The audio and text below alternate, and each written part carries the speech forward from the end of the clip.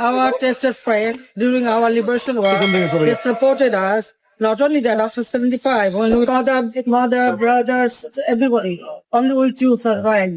So they get me shelter. সাময়িক সময়ের জন্য আমি দেশ ছেড়েছি, কিন্তু আজীবনের জন্য নয়।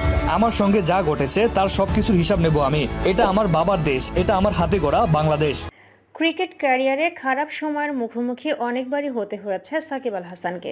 কখনো আইসিসি থেকে নিষেধাজ্ঞায় পড়েছেন, কখনো বা খারাপ ফর্ম কিংবা ভক্তদের সঙ্গে ঝামেলায় জড়িয়ে সমালোচিত হয়েছেন। তবে এবারের ঘটনা সবকিছুকে ছাড়িয়ে গেছে। গত 5 আগস্ট সোমবার ছাত্র জনতার গণ অভ্যুত্থানের মুখে পড়ে প্রধানমন্ত্রীর পদ থেকে পদত্যাগ করে দেশ ছেড়ে পালিয়েছিলেন শেখ হাসিনা।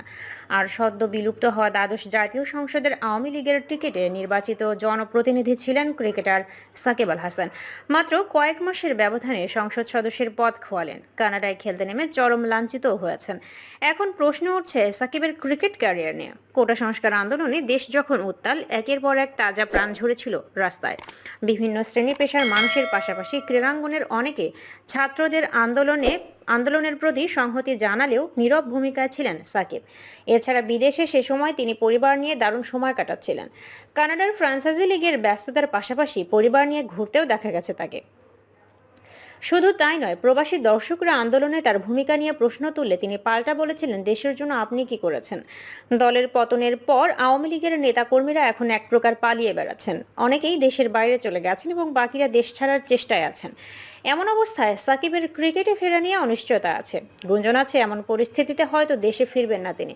সেরকম বাধ্যবাধকতাও নেই অবশ্য, কারণ তিনি এবং তার স্ত্রী সন্তানেরা যুক্তরাষ্ট্রের বাসিন্দা।